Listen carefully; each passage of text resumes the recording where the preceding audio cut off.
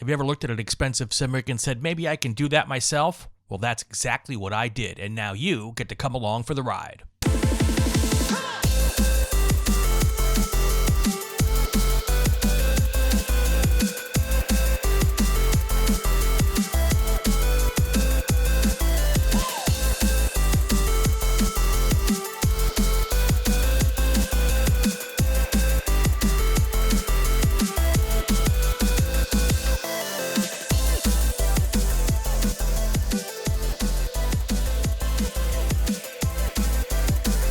Finally, all of the cutting, drilling, well, most of the drilling is done.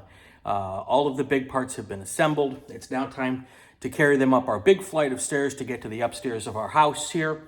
And starting to put everything together here. And this is kind of the final assembly phase. This will probably take me a little bit longer than I had originally planned because I still have to kind of set the size and the locations for the pedal deck as well as the wheel deck.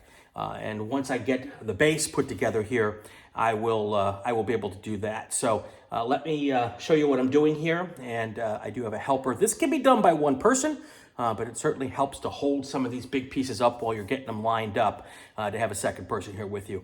I'm going to guess that's probably also the case with the aluminum extrusion. Having a second person is helpful with that as well. But let me show you here what I'm working with. Everything's up on its side here, just so I can get easy access to the nuts and bolts. And then I will show you. I've got the one side rail has already been connected, and I will show you how I'm doing the bolts here. But that is, this is the base here that I'm working on. And then obviously I'll take some pictures, or actually shoot some video of it after it's set down. It's a little easier to do it up like this, because I need to get to all of these bolts underneath here. So real quickly, I'm using a combination of 4-inch bolts, 3.5-inch bolts, and then the bolts here on the bottom, I believe I've got are 2-inch bolts. And I had to actually do a little magic here to get them to line up because I had that piece of that 1x6 that was in the way. So again, this is underneath. No one will ever see this. And that's why I just kind of manhandled it in there, or person handled it in there. But yeah, so that's how that worked there. You can also see on the paint job, this rail here is going to be hidden by the other side rail. So I didn't paint this here because, again, once I put that side rail on there, it will never be seen. And then the last thing is you'll see the paint job's not perfect, again.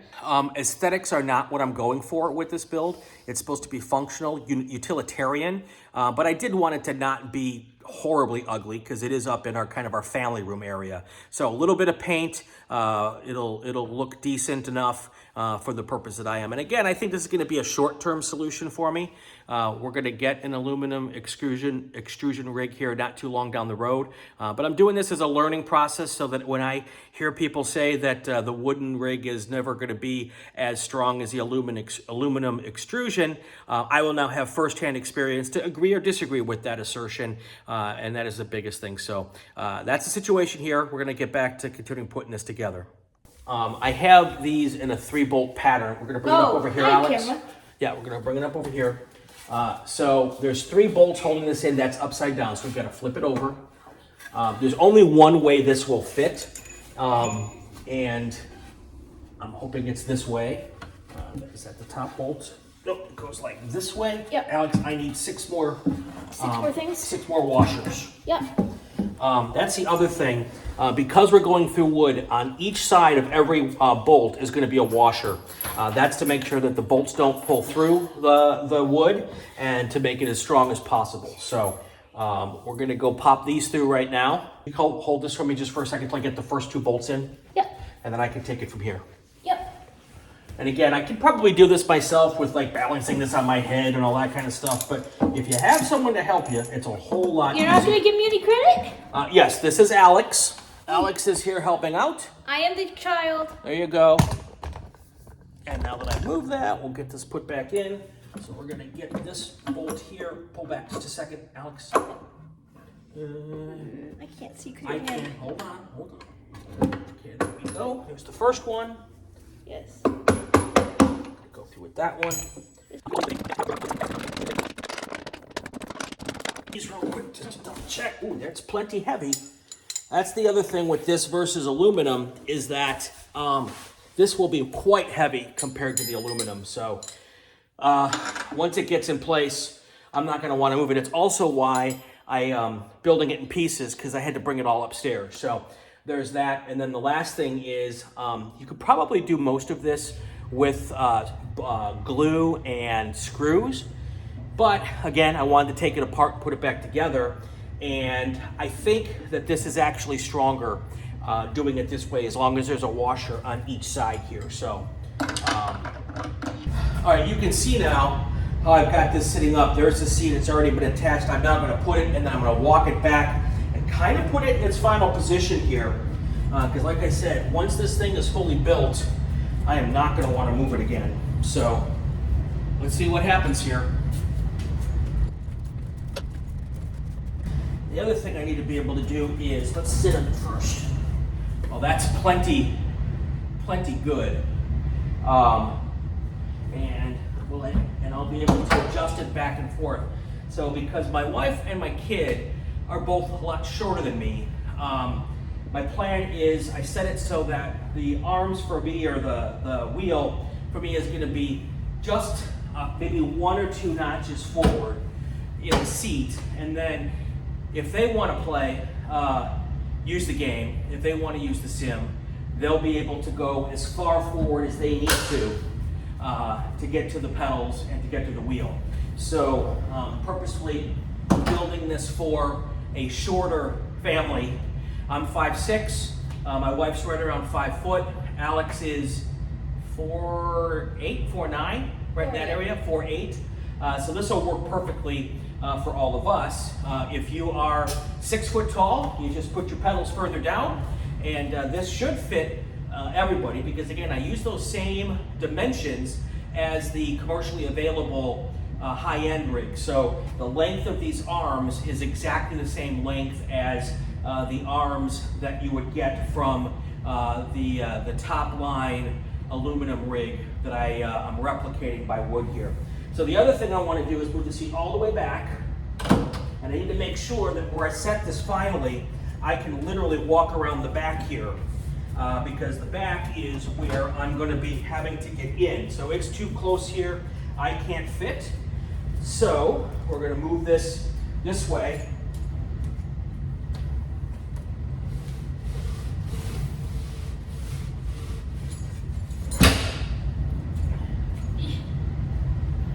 Here. And now I can walk all the way around the back. This is going to be my entrance point on this side because I'm going to have the bar here. So I'll be able to walk through this way, sit down, and that's going to be where it goes. So now it's time to put up the uprights, and we'll see how that works. All right, so now I'm putting the uprights up here. I put all the bolts in without the washers, so I'm taking them out now and putting the washers in. Again? Yes. One more thing I wanted to show you is, so I've put in the whole thing on this rubber mat, and these are from Harbor Freight, and it's $10 for 4 of the mats. I bought 2 of them, and the reason for this is 2 things. I want to keep and protect the hardwood floor, or I think it's a laminate floor. But also, I'm probably going to try to put a butt kicker on this. And when I do that, this hopefully rubber mat will keep some of that noise from going through the floor to my wife's office, which is right beneath me here. And that is to keep peace in the family. But most importantly, I'm trying to protect the floor underneath me here. But for $20, it's really easy. If it gets damaged, I can just go buy more and put one under there. I can also put a second layer under here too, which I would consider doing at some point in time if I need it. So what's happening here is I am working out the positioning and installing the pedal deck here. And you can see Alex coming through and helping me as I get that done. You can also see Alex playing some game in the background, which I never know because I play their games. So this is one of those things where you really can't set this location up until you put the whole rig together. I didn't load the whole rig and build it all the way up down in the garage where I was working on building everything. So I knew that going into it that I would have to get on the ground here and kind of work my way through this part of it. It wasn't very hard to do. Obviously, it's a little bit of a precarious spot, but it seemed to me that this was the best way to get the job done here, is to just set the thing in place, find the right location for it, so I only have to do it once. And as you can see here, I have gotten it done, testing out the location. Seems pretty good as far as I can tell, and then we move on. Here I can show you the wheel deck, and I was able to bring it up a little bit. I may put a couple more bolts in it here, but this is essentially what it is. I've got the pedal faces, so they're essentially pretty much at 90 degrees. I've got a nice bend in my knees here for all of that. Now, one thing you might notice is I have the wheels offset to the left, or the pedals offset to the left. I'm only going to be using the brake and the accelerator. I will be using the clutches off of the wheelbase, or the wheel, so I won't need the clutch. I may even actually take the faceplate off the clutch just so I don't accidentally hit it. But so I'm going to be left foot braking, and the reason I offset it in the center, when the pedal is over here, it's really uncomfortable for me to go and move my feet like this. So by putting it off so that the center of the wheel deck is right in the middle, I have accomplished, now my legs are nice and straight, they're where they should be. I may move this pedal over one notch, so I get a little bit more width there, but that should work out really nicely for this purpose. I may end up making the modifications to spread them out, and then I do have holes already drilled to go back to center if I want to move everything around. But that's a lot of work at this moment, and I think this will work out just fine. So here you see the pedal deck here, and it's just a piece of 3/4 ply, and then it is bolted in 2 bolts here. Now, if I want to adjust the angle on this up and down, I can drill another hole here. This is where the adjustability in the aluminum rigs is better, because you can do lots of different adjustability. Kind of had to get it right the first time here. And once I am done with everything, I'll do a little video of me, and you'll see my seating position and everything. But I do kind of like where I'm at here with this, and it should work out really well. All right, so here I'm going to be putting up a stand here for, this is going to be the sidebar here. It's going to do 2 things. It's going to give a little bit of extra rigidity over this way, but it's also going to be the mount for, more importantly, it'll be the mount for if I keyboard stand, a keyboard tray, as well as I may sometimes get a sequential shifter or something like that, or an Ace-Box shifter. So we're going to put this up right now. I think I would rather have this a little further back here, but it really doesn't work anywhere other than where I'm going to put it right here for this upright. I'd like to have it a little further back, but this is where it's going to be for now. Again, got big, beefy stuff here, and it'll be nice and strong here. So let's get these pieces in here first. All right, so we're putting together the side brace here, and if I had it my way, I would probably have placed that side brace a little further, the upright, a little towards the back of the seat, actually maybe very close to the back of the seat, or maybe halfway towards the back of the seat if I really wanted it a little bit more. It would have been nice to have a little more clearance there. But because the seat box is legitimately a box and there was no way to reach in there to tighten the bolts or drill the holes, well, I could have drilled the holes, but I would have had to drill really long holes, had longer bolts than I have. The decision I made was to put it right where it is there, which is as close to that seat box as I could get it without having to go underneath the rig to be able to put the bolts in.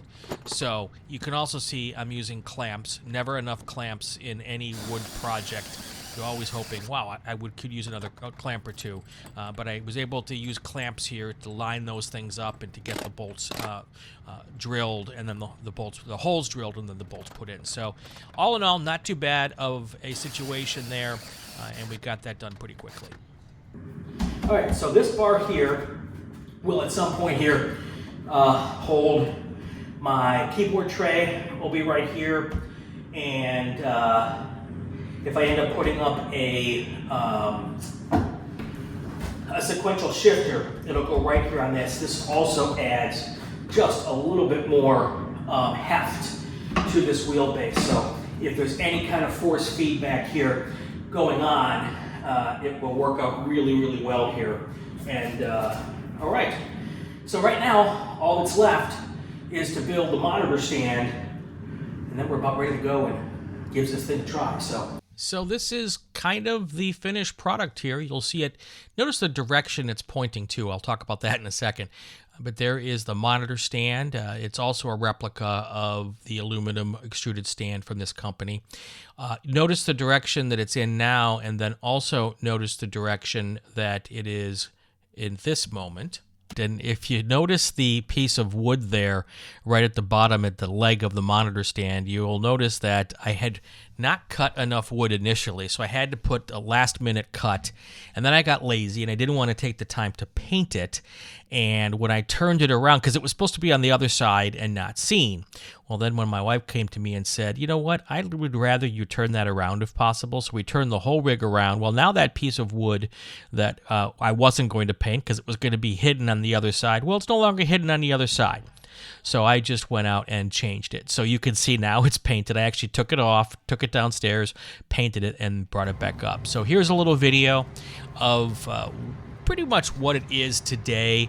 I've added a couple of monitors on top for streaming, but you can see right next to the headset there was the camera, one of two cameras. You can also see that is that leg I repainted there. There are my Maradness gloves, and there is the Moza wheel that I have for it. There's an old button box that I put together. I don't use that anymore. I went out and got some new button boxes, and I'll tell you about those on a different video there. There's also my streaming light so that you can see my face. I don't know that you want to, but that is the streaming light. You can see on the right there is the keyboard stand and my mouse stand there. That is on a big hinge. I don't know that I can show the hinge from this angle, but there is the pedals and the pedal deck all put in place there. Now we're going to walk around to the front of this thing here, and you can see the ugly... Oh, we'll look at the pedals again here before we go look at some of the ugly cable management, and that has since been cleaned up as well. It's still not as nice as I would like it to be, but it is what it is. We also have a new mixer that is now part there, so that microphone adapter is gone too.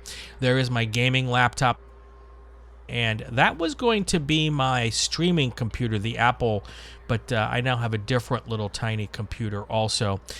You can also notice here victory speeches in the bottom drawer, excuses in the top drawer. Let's just say we use the top drawer a lot more on the toolbox. That toolbox, by the way, has all of my tools for keeping this rig running. My Allen wrenches, the bolts, the wrenches, and the ratchet for all of these bolts on the rig. That's a wrap on part 2 of our series here on building this DIY sim rig. If you enjoyed this, please like and subscribe to the channel. Also, like and subscribe to Twitch, Graybeard Sim Racer on Twitch. And you can also check out our Discord, Graybeard Sim Racer. If you do join our Discord, it would be awesome because you can also then give us some pictures or even some videos of your sim rigs, and whether they're either a home-built sim rig or if you have something that you bought and you're proud of. It would be great to see all of your rigs as well. Part 3 will be coming up here in a couple of weeks. Basically, I've got about 50 hours in driving on this rig now, so I feel really confident about putting out a video about my impressions of how the DIY wood rig is going to hold up here, and what I might change, thoughts on if this were to be my long-term solution, all of that kind of stuff. That's going to be in the third part of this series. Be another probably 2 or 3 weeks down the road before I drop that one. So hope you enjoyed it. I'm Brian Belansky, and this is the latest in our series on sim racing here on the Racing Network.